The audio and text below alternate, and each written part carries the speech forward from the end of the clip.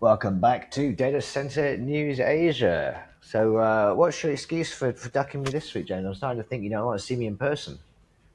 Just a busy week, Rhys. Don't worry, nothing personal. Moving house, kids started new school, baby, in no particular order, but all of those things.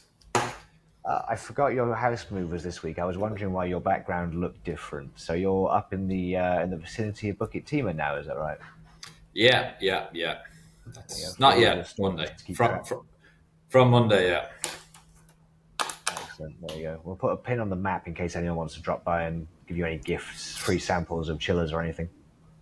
Yeah, that would be lovely. A few UPSs, some solar maybe for the roof, whatever. All welcome. Well, we've got some solar stories today. That's a nice segue. But let's start off with Japan, shall we? EdgeConneX are developing their second data center. I thought the previous one was Osaka as well. This is the same campus though. So this is the new 150 megawatt announcement for their total of 350 in Japan.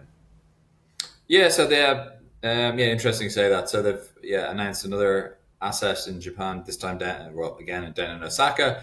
Um, I think in this instance they're mentioning 150 megawatt as the IT load, and then the same article it then switches to utility power of 350. So I think just worth clarifying there. But anyway, a significant project in any event using either metric.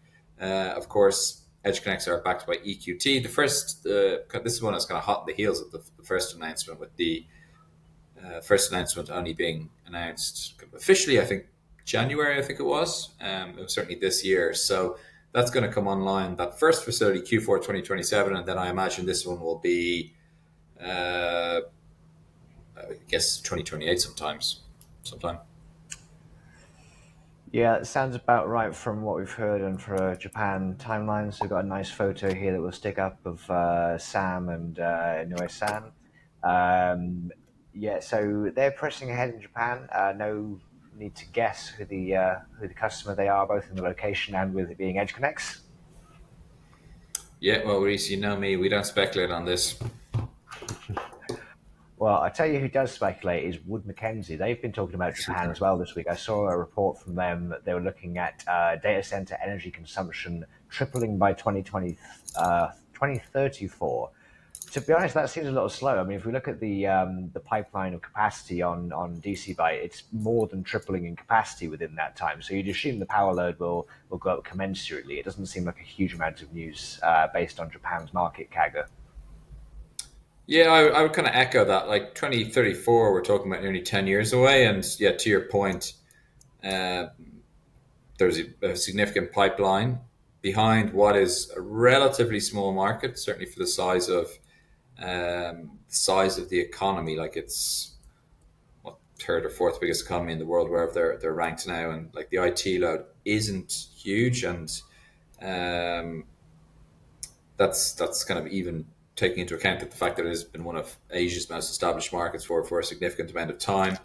One of the things that caught my eye was, I think at 2034, if I was reading the article correctly, DCs will account for 4% of Japan's energy consumption at peak load, which is significantly below what I think people are forecasting for the US. I think the same article forecasts the US will be up around 15%. So for all of the kind of the fear mongering and scaremongering that goes around DCs, like it's 4% is obviously a relatively small amount of the energy consumption. Yeah, well, I think that's probably a sign of how I don't necessarily far behind, but how far Japan's market has to go. As you say, it's the world's third largest economy, 130 million people, to be a forecasted seven-ish gigawatt market is yeah. There's certainly room to grow if they're to have the digital future that they talk about. So, remaining bullish on Japan from Data Center News Asia. Controversial stuff. Yeah, exactly. Where are we off to next? So in Malaysia, there's a couple of stories. We'll start with the two good news stories before we get onto the scolding story, shall we? So ST Guthrie are developing a green energy park in Johor. They are one of the world's biggest palm oil producers, a Southeast Asian conglomerate. And yeah, as part of their diversification strategy, they are getting into So sorry, this is a green energy. Oh, it's green energy powered industrial park. Sorry, I thought they were just developing the power. So this, I guess, looks to be similar to the Basis Bay or the sort of parks you get from Goodman and ESR in Johor. Yeah, I'm not sure the basis Bay example is all too relevant. No, but yeah, you're right. So big palm oil, big palm oil producer looking to diversify. Um, I believe yes, 10,000 hectares of land. I'm not sure was that for DC development or is that what they currently? Uh, yeah, I think that's what they had assigned to DC development, and they're saying by 2030, I think it was, that about 30% of revenues were going to be derived from this new kind of data center enterprise. So let's keep an eye out there. Like they've got some the AME Elite Consortium. They've partnered with a couple of projects on who are obviously a pretty significant player in their own right in Malaysia as well. So yeah, I'm just going to the story here. The 10,000. Yeah, plans to dedicate roughly 10,000 hectares over the next 10 years to establish industrial parks powered by solar farms. Oh, So then I guess that will and be the that will be the total land on a slide deck that they've earmarked towards the. I guess translating that into megawatts will be quite challenging. yeah, but then so it says 10 years from now, but then it goes by 2030. These ventures are projected to contribute around 30% of their overall earnings. So interesting stuff. One to keep an eye on. Another kind of player jumping on the DC bandwagon, and then we're going to talk about Yeah, another player on the on the yeah, DC bandwagon Gamuda. from Malaysia. So Gamuda and Gentari are also jumping on the bandwagon. They are developing a 1.5 gigawatt pipeline of renewable energy capacity in Malaysia. I think this is. Oh no, they haven't tied it to any particular projects, but yeah, there's obviously a lot of demand for future power, for low cost power as well in Johor, particularly after recent announcements of potential rate increases and recent concerns from, I guess, from both regulators and industry voices about the ability to ramp up the power in the region as the data centers come online and start using it. Yeah, it was interesting. So yeah, a couple again. The kind of key takeaways I took from this article was they mentioned Malaysia's current solar generation at the end of last year about 2 gigawatts. That's solar. And then by 2035, so just, well, 10 years from now, the country aims to have 40% renewable energy. So, yeah, it's obviously a big focus for all the Malaysian authorities, and they've got the CREST scheme as well, which a few of the DC operators have taken advantage of in the last 12 or so months. So, yeah, I think this is a good news and can only kind of benefit those players who are looking to play in both Johor and KL in particular. Yeah, well, the Malaysian authorities are making it clear that if you want to play in the data center market there, you do have to play by the rules. A bit of a slap on the wrist as well for the gang at Z Data, who had a stop work order in Johor. I think this is the first for all the construction projects that we've had up there. This is the first time that anyone has had one of these gone far enough to be prevented from continuing. Yeah, pretty interesting. Like, I'm obviously up to Johor on a fairly frequent basis, and I've seen the main clusters and then some new kind of isolated facilities, etc. Most of them, most of the DC clusters are a substantial distance from um, residential areas and things like that. So I have seen some sites which I think are probably messier than they should be, but are kind of generally far enough away from things that people don't really care or certainly don't have visibility on them. So I think it was kind of inevitable that it was going to happen, just given the pace of development up there and the tight timelines these firms are working to. But yes, they have, what is it, 2 weeks they have to get the kind of the site in order and get hoarding up and all that kind of stuff. Yeah, I mean, this we should say this is data site. I haven't actually been to this part of Johor, but this is from the photos and the video footage is extremely close to a lot of housing developments. So you do have to be extra careful. We've already seen in other areas in Asia, including Korea, where residential groups can take umbrage to certain construction practices. And yeah, I think this community management piece is going to be more and more important as we go on in the industry. Yeah, well, absolutely, I create a great example. I think some people are going to start running into issues in Japan just based on what I've kind of first hand seen up there. So yeah, message to all the GCs and everyone else. It's like keep your site tidy, fellas. Yeah, absolutely. Speaking of regulations, so there's been a change or Singapore has released some new guidelines, efficiency standards. They're claiming to reduce energy consumption by a pretty large amount, 30%. Is this on top of the existing PUE requirement, or I haven't read this regulation? I'll be honest; it's not my not my first task this week. Yeah, so it's the regulation for anyone wondering.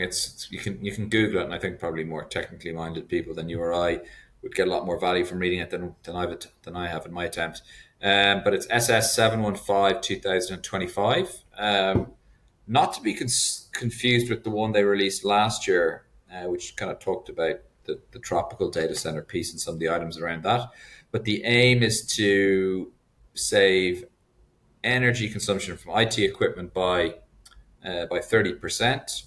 Some of the like one of the headline pieces was allowing the IT equipment to run slightly hotter, for example, so 35 degrees Celsius or 95 degrees Fahrenheit for those who like that strange measurement system. Um, but yeah, it's just part of the Singapore government's press to ensure that facilities are running as efficiently as possible and responsible energy consumption and all the rest. Well, the higher operating temperature has always made logical sense to a non-technical person like me when the amount of energy you save. But my understanding is that the customers are quite specific about their operating temperature as well. So you have to. It's not just as straightforward as government regulations, I guess. Yeah, I think generally though that the big, so it's the market makers or the big influencers, the hyperscalers, etc. I think they're accepting that higher temperatures are actually fine and it doesn't cause a meltdown, and most of the equipment will still work without any issue. So yeah, like that seems to be a practical step which people are taking, and it seems to be kind of yielding not insignificant results. The AFR had an article as well this week in the Singapore theme. The Singapore Sovereign Wealth Fund (GIC) are considering a proposal, so not a very committed article here, to invest in assets owned by Goodman. Yeah, I mean, I guess this is a press release from both from them and a news story, but I'm not sure what the specifics are of what they might announce, because Goodman has both listed and private parts to its organization that can be invested in as it is, as I understand. Yeah, GIC are desperate to continue to get more exposure to the DC landscape. From what I can tell, like we're summoned into their office on a pretty regular basis, looking at a lot of different markets. Um, Goodman would be an attractive one because obviously they've got that significant land bank behind them. 5 gigawatts, I think, last time I checked, and in pretty significant and exciting markets. So it would make sense. GIC have a ton of capital, obviously, to deploy. Goodman, while potentially not actually needing the capital, having a partner like GIC, I think does add value there. And so, yeah, interesting to keep an eye on this one because that would be kind of two superpowers in their respective spaces coming together. Yeah. There was also a story this week that Indonesian gas company PGN is supplying biomethane to NeutraDC in Singapore. I guess I mean, but biomethane is The leftover it's stuff from palm oil produce, it sounds like. yeah, effectively. I mean, like, some of the controversy around this is because this is one of the fuels that can decarbonize some really hard to decarbonize sectors. So the question is whether data centers are the optimal use for this, and they can sometimes price out industries that don't have quite the capital available that data centers do. But still, good to see more sustainability initiatives coming in Southeast Asia, which is always a very hard market to put these things into practice. Right, we've got 10 seconds left. Do you want to do your India pitch? I'm going to India next week, and Techno Digital have opened a 36 megawatt data center in Chennai. There we go. That's the news, and that's about it. Great. Thanks, everyone. Happy Friday.